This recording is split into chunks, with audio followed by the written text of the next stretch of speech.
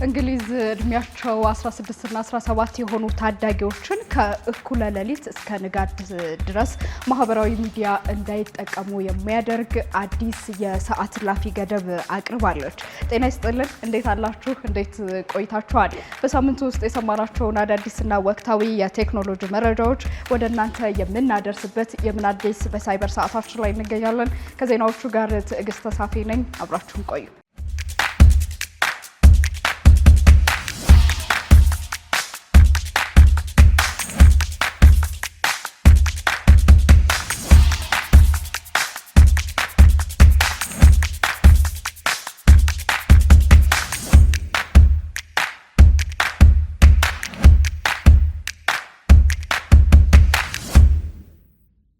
እንግሊዝ የታዳጊዎችን ማህበራዊ ሚዲያ አጠቃቀም የሚገታ አዲስ የሰዓት እላፊ ገደብ መጣሏን አሳውቃለች። ይህ ማለት እንደ ኢንስታግራም፣ ቲክቶክ፣ ዩቲዩብ ያሉ መተግበሪያዎችን ከእኩለ ሌሊት እስከ ንጋት 12 ሰዓት ድረስ እድሜያቸው 16 እና 17 ለሆኑ ታዳጊዎች አገልግሎት የማይሰጥ ይሆናል ተብሏል። በተጨማሪም መንግስት እንደ አውቶ ፕሌይና ማብቂያ የሌላቸው ስክሮሎችን እንዲሁም ሱስ የሚያስይዙ የማህበራዊ ሚዲያ ባህሪያቶችን እንዲቋረጡ ፍላጎት ማሳየቱ ተነስቷል። እነዚህ እርምጃዎችም ከሰዓቱ ገደብ ጋር ተደምረው የታዳጊዎችን ትኩረት፣ የእንቅልፍ ጥራት፣ መልካም የሆነ ቤተሰባዊ ትስስር ለመፍጠር መሻሻሎችን ያመጣን ብለዋል። ይህ በእንዲህ እንዳለ በ2022 የ14 ዓመት ልጇ ጁልስ ስዋኒ በተሳሳተ የኦንላይን ቻሌንጅ እንደሞተ የምታምነው እናት ኤለን ሩም ታዳጊዎች የአካውንቶቻቸውን ሴቲንግ ራሳቸው ማጥፋትና መቀየር ስለሚችሉ ይህ እቅድ በቂ አይደለም ስትል ተናግራለች። አክላም በእኔ እምነት ልጆች በቀላሉ ሊያጠፉት የሚችሉትን ምርት ማቅረብ ብቻ በቂ አይመስለኝም። ይህ ለ17 ዓመት ታዳጊ የአልኮል መጠጥ ጠርሙ ሙስና አቅርቦ ትንሽ ከእጃቸው አርቆ እንደማስቀመጥ ነው። በቀላሉ መልሰው ሊወስዱት ይችላሉ። በእነዚህ ነገሮች ላይ መንግስት ጠንካራና ጥብቅ እርምጃ ቢወስድ ብዬ እመኛለሁ ስትል ለቢቢሲ ራዲዮ ተናግራለች። ይህ እቅድ መንግስትና የቴክኖሎጂ ኩባንያ ወጣቶች የኦንላይን ደህንነታቸው የተጠበቀ እንዲሆን ለማድረግ ከሚያወጧቸው ውስብስብና አንዳንዴም ግራ አጋቢ ሊሆን ከሚችሉ ፖሊሲዎችና እርምጃዎች ጋር የሚካተት ነው ተብሏል። ይህንን የእንግሊዝ መንግስት አዲስ እቅድ ተከትሎም ፌስቡክ፣ ኢንስታግራምንና ዋትስአፕን በበላይነት የሚያስተዳድረው ሜታ የእድሜ ማረጋገጫ ኃላፊነት ሙሉ ለሙሉ ማህበራዊ ሚዲያ ፕላትፎርሞች ላይ ብቻ ከሚወድቅ ይልቅ የመሳሪያ አምራቾች ማለትም ስልክ፣ ታብሌትና ኮምፒውተር የሚያመርቱ ተቋማት ራሳቸው እንዲሰሩት እንደሚፈልግ ከዚህ ቀደም መግለጹን አሳውቋል።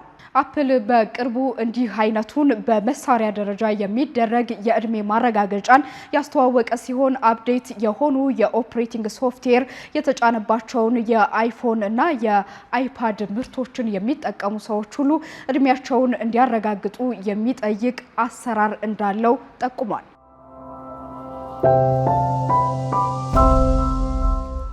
ወደ ተከታዩ የቴክኖሎጂ መረጃችን ስናቀና ተመልካቾቻችን የኤምአይቲ ተመራማሪዎች የሰው ሰራሽ የደም ስሮችን በጥራት ለማሳደግ የሚያስችል አዲስ ዘዴ አግኝተዋል። የባዮቴክኖሎጂ ሊቃውንት እንደ ኩላሊት፣ ጉበትና ጡንቻ ያሉ የሰው ሰራሽ የሰውነት ክፍሎችን በቤተ ሙከራ ውስጥ መስራት ቢችሉም ለነዚህ አካላት ምግብና አየር የሚያደርሱትን እጅግ በጣም ረቂቅና እንዲሁም ከፀጉር ዘለላ ያነሱ የደም ስሮችን መስራት ግን ሳይንሳዊ ፈተና ሆኖባቸው ቆይቷል። ያለ እነዚህ ጥቃቅን የደም ስሮች ደግሞ ሰው ሰራሽ አካላቱ በህይወት መቆየት አይችሉም ነበር። አሁን ግን በኤምአይቲ የሚገኙ ተመራማሪ መሐንዲሶች እነዚህን ረቂቅ የደም ስሮችን በቀላሉ ለማሳደግና ወደ ተፈለገው አቅጣጫ ለመምራት የሚያስችል እጅግ አስደናቂ ዘዴ አግኝተዋል። ይህንን ለማድረግ ተመራማሪዎች ከአንዲት የፖስታ ቴምብር የምታንስ የደም ስር መፈልፈያ የተሰኘች አነስተኛ ሳጥንን ሰርተዋል።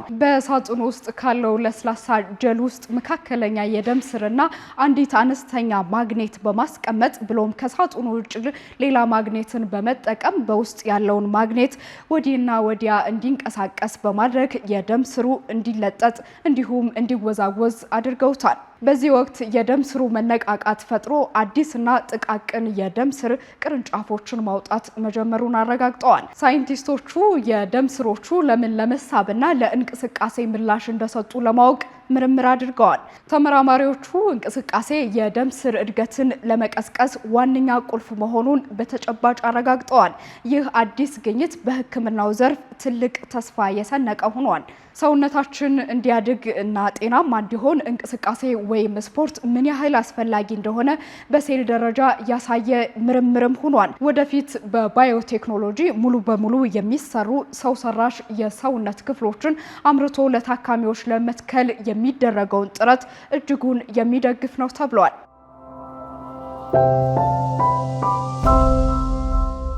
ወደ መጨረሻው የቴክኖሎጂ መረጃችን ስናቀና ቪኤምዌር፣ ፋየርፎክስ፣ ክሮም እና አዶቤ ያሉባቸውን አደገኛ የደህንነት ጉድለት መሙላታቸው ተነገረ። ኩባንያዎቹ በዓለም ላይ በብዛት ጥቅም ላይ የሚውሉ የኮምፒውተር ፕሮግራም እና የድረገጽ ማሰሻ አጥቂዎች ሊጠቀሙባቸው የሚችሏቸውን በርካታ አደገኛ የደህንነት ክፍተቶችን መዝጋታቸውን አስታውቀዋል። አደገኛ የደህንነት ክፍተቶችን ከጠገኑት መካከል ፋየርፎክስ፣ ጉግል ክሮም፣ አዶቤ እና ብሮድኮም ይገኙበታል። ሞዚላ ፋየርፎክስ በማሰሻው ላይ የተገኙ ሁለት እጅግ አደገኛ ክፍተቶችን የሞላ ሲሆን እነዚህ ክፍተቶች እንዴት ሰብረው መግባት እንደሚቻል የሚያሳዩ የኮድ መምሪያዎችን በይፋ በበይነ መረብ መሰራጨታቸውን አስጠንቅቋል። በተመሳሳይ መልኩ ጉግል በክሮም ብራውዘሩ ላይ የተገኙ 15 የደህንነት ክፍተቶችን የሞላ ሲሆን ከነዚህም ውስጥ ሁለቱ በተለይ በሊኑክስ እና በክሮም ኦኤስ ላይ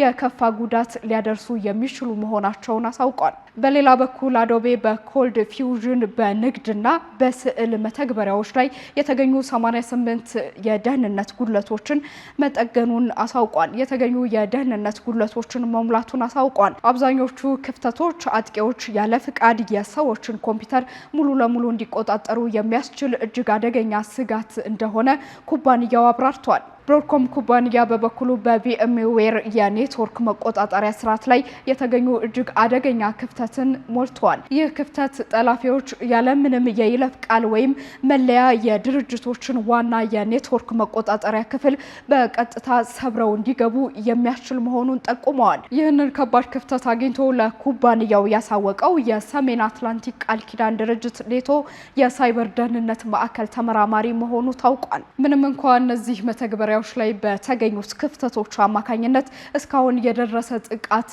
ባይመዘገብም የሳይበር አጥቂዎች መሰል ክፍተቶችን ለማጥቃት በፍጥነት እንደሚጠቀሙባቸው የጠቆሙት ኩባንያዎቹ ተጠቃሚዎች በአስቸኳይ እነዚህን ማዘመኛዎች እንዲጭኑ አጽንኦት ሰጥተው አሳስበዋል።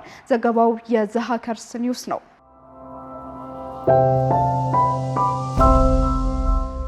ተመልካቾቻችን በሳምንት ውስጥ የሰማናቸውን አዳዲስና ወቅታዊ የቴክኖሎጂ መረጃዎች እንዲህ ባለመልኩ በምን አዲስ በሳይበር ወደ እናንተ አደረስን። ከዜናዎቹ ጋር ትዕግስት ተሳፊ ነበርኩ። ሳምንት በሌሎች መረጃዎች እንገናኛለን። ቸር ሰንብቱልኝ።